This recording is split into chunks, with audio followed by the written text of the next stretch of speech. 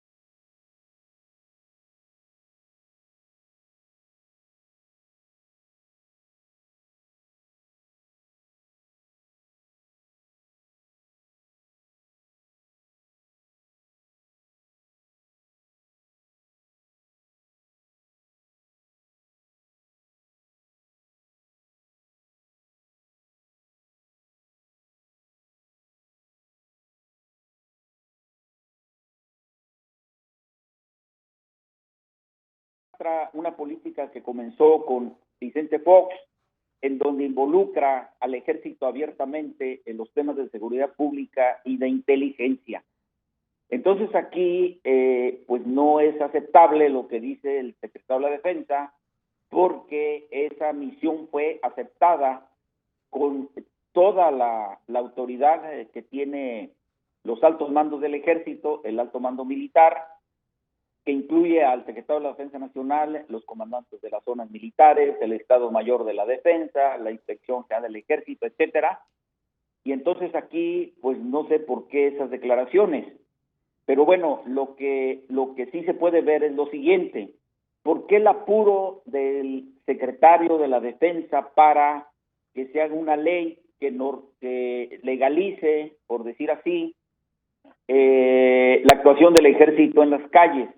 Bueno, porque ahora hay organismos internacionales como Naciones Unidas, la Comisión Interamericana de Derechos Humanos y otras ONG civiles que se dedican a la defensa de los derechos humanos. Sí, tienen detectado y documentado que en México existe una crisis humanitaria que se ve reflejada en miles de muertos, en miles de desaparecidos, ejecutados, extrajudiciales, la utilización de la tortura como un mecanismo de investigación que utiliza el ejército. Y bueno, a partir de aquí creo que por ello viene el apuro.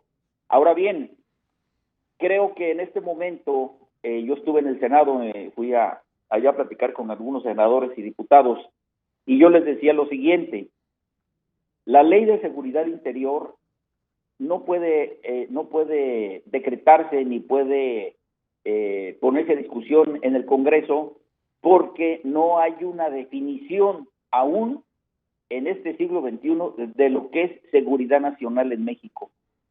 Y la seguridad interior involucra o está involucrada en algunas partes de lo que tiene que ver la seguridad nacional. Estamos hablando, o sea, el telón de fondo de este tema que estamos revisando y de las declaraciones del secretario de la Defensa Nacional, tiene que ver con una relación civil-militar histórica en México, en donde tiene preeminencia el ejército y los militares sobre la autoridad civil del Estado. ¿Qué es lo que tenemos que hacer?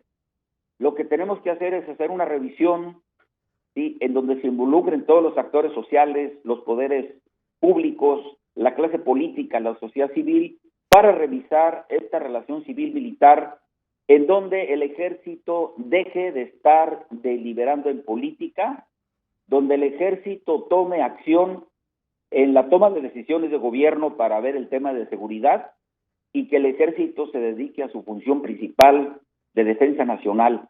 Ese es el punto concreto que debemos hacer en México para evitar precisamente estas declaraciones que agravan a la sociedad y lejos de abonar para la solución del problema que estamos viviendo sobre el tema de inseguridad, que ya colapsó al Estado mexicano. Entonces, no sé, digo, ¿qué es lo que piense el Congreso y la clase política, que ahora están involucrados en un asunto muy grave, en donde no encuentran cómo desmontar al ejército y a las Fuerzas Armadas de las tres Fuerzas Armadas que hay en México, en un tema que es exclusivo de la autoridad civil? Así es. Entonces, esto que yo lo estoy diciendo fue el cuerpo del delito por el que hace 21 años a mí me encarcelaron. Por eso yo propuse la creación de un ombudsman militar, que si bien es cierto se puede dedicar para la defensa de los derechos humanos de los militares, que hay una violación excesiva a los militares, eso ya lo hemos platicado muchas veces ahí con Carmen. Lo que se tiene que hacer es una institución, sí, del Congreso de la Unión, que yo le puse el ombudsman militar, para que supervise la acción de mando, la operación del ejército y establezca una relación civil-militar donde el ejército no delibere en política y esté en sus cuarteles realizando funciones que tengan única y exacta conexión con la disciplina militar, como tal cual lo marca el artículo 129 de la Constitución, que previene que en tiempo de paz el ejército mexicano no tiene por qué hacer más funciones que las que tengan exacta conexión con la disciplina militar. Eso a grandes rasgos sería mi opinión. Así es, toda la normatividad que se está ahorita ventilando en el Congreso, precisamente yo le intitularía una ley de impunidad. Es decir, no se puede, digamos, hacer una ley violando la Constitución. No se puede proclamar la defensa del Estado de Derecho violando la Constitución, incluso a través de un acuerdo como el que hizo el Acuerdo por México para reformar artículos muy importantes de la Constitución mexicana que tienen que ver precisamente con el desarrollo nacional, con la sobrevivencia del Estado, y en este punto concreto estamos hablando precisamente de seguridad nacional. Entonces, esa reglamentación que exige ahora a dos manos levantadas el secretario de la Defensa, pues es una ley de impunidad para encubrir y para justificar la actuación del ejército, una actuación inconstitucional que ha violado permanentemente la Constitución. Y según los datos que tenemos y los estudiosos de la ciencia política, si el orden constitucional del Estado es la base para mantener la seguridad interior de un país democrático como el que pretendemos. Pero bueno, se abre una esperanza. Faltan 19 meses para las elecciones del 2018 y esperamos que la ciudadanía, en términos generales, sí, tome la decisión correcta para dar un nuevo proyecto nación en donde se respeten los derechos humanos y todas las instituciones del Estado sean respetuosas de nuestra Constitución política. Sí, bueno, mire, aquí hay una situación. Según la Constitución política de los Estados Unidos mexicanos, en específico el artículo 81 de la fracción sexta, previene que el presidente de la República tiene la facultad para tutelar la seguridad interior y la seguridad exterior de la nación. Entonces, aquí en este punto, esa es una facultad constitucional, pero hay otros artículos que previenen que para que el presidente recurra a la máxima fuerza del Estado, que es el ejército, para los temas de seguridad interior, lo debe hacer conforme lo marca la Constitución.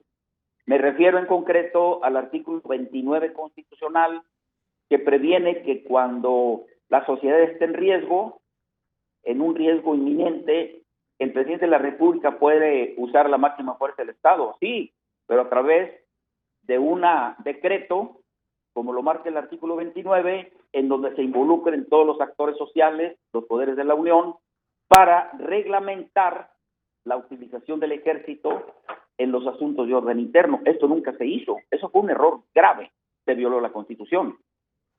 ¿Para qué es esta declaratoria?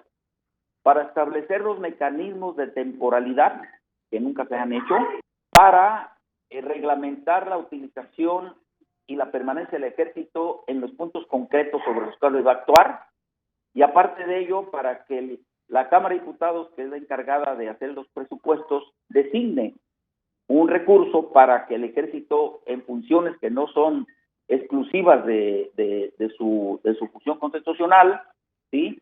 Pues pueda realizar estas operaciones, ¿sí? En el orden interno. Entonces, este punto concreto que yo le estoy diciendo se violó. Y eso es o sea, ahora quieren hacer una reglamentación cuando ya violaron la Constitución. Y aquí tiene que haber responsables.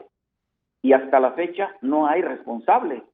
Nosotros hace como 3 o 4 años, un grupo de personas, firmamos una carta a la Corte Penal Internacional, no para que juzgaran a Felipe Calderón, sino para que la Corte Penal Internacional revisara una política errada que había sido, ahora sí que decretada por los poderes públicos en México, que han violado derechos humanos y que está demostrado ahora con una crisis humanitaria. Ese es por un lado. Por otro lado, ¿por qué el ejército está en las calles? Porque la autoridad civil ha sido omisa en hacer una policía, como lo marca el artículo 21 constitucional, en donde está perfectamente bien tipificado que la seguridad pública es una actividad o una función compartida en los 3 órdenes de gobierno, federal, estatal y municipal, pero cuya base principal de esta seguridad es el municipio. Ahora lo quieren desaparecer con el mando único. Ese es otro error. Si se establece el mando único en México, pues se rompe el orden constitucional federal del Estado mexicano, que es la base del municipal. Lo que se debe hacer es hacer una policía nacional, ¿sí?, que provenga desde la base, que tenga adiestramiento, que tenga una permanencia, que tenga cursos de capacitación, adiestramiento, etcétera. Ya vamos a cumplir 200 años de que México es independiente, 1821 al 2021, y todavía no tenemos una policía con esas capacidades. Entonces aquí hay una omisión muy grave por parte de la clase política y del poder público de que no tengamos una policía con esas características. Pero debemos conocer nuestra historia. ¿Por qué no tenemos esa policía? Pues porque durante 71 años tuvimos un partido político único en el poder, un partido hegemónico, en donde se tomaban las decisiones y la única decisión para tutelar la seguridad pública pues era recurrir a las Fuerzas Armadas. Y entonces aquí vienen las situaciones. Tenemos que hacer una revisión sobre el tema de seguridad en México. Tenemos que definir qué es seguridad nacional. Tenemos que definir cuáles son las relaciones civiles militares de México para que el ejército esté sometido, y lo repito, sometido a la autoridad civil del Estado. Pero esa autoridad civil debe ser legítima. Y este es otro punto de quiebre por lo cual estamos en el tema de seguridad grave. ¿Por qué? Porque la autoridad civil es ilegítima, porque es claro que la gran parte de los presidentes en México han comprado las elecciones, han llegado al poder a través de fraudes electorales que están demostrados en los últimos 3 fraudes electorales que se han hecho en México, con Fox, con Calderón y con todos los presidentes que tenemos y que conocemos.